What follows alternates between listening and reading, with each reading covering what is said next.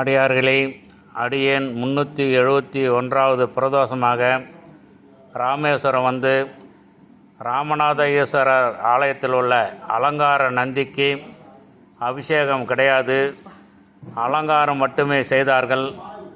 அடியேன் 371வது பிரதோஷமாக ராமேஸ்வரத்தில் நந்தியம்பெருமானுக்கு அலங்காரத்தை பார்த்து மனமகிழ்ந்தேன்.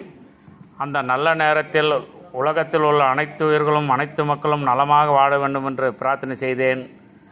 நமது அடியார்கள் இந்த பதிவை காணும் பொழுது தாங்களும் ராமேஸ்வரத்தில் உள்ள நந்தியம்பெருமானை வணங்குவதாக பிரார்த்தனை செய்து கொள்ளுங்கள். உங்களுடைய குறைகள் நீங்கி நலமாக வாழ்வீர்கள்.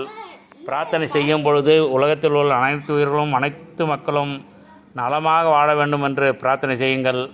அனைவரும் சிறப்பாக வாழ்ந்தால் நாமும் சிறப்பாக வாழ்வோம். திருச்சிற்றம்பலம் தில்லையம்பலம், திருச்சிற்றம்பலம் தில்லையம்பலம்.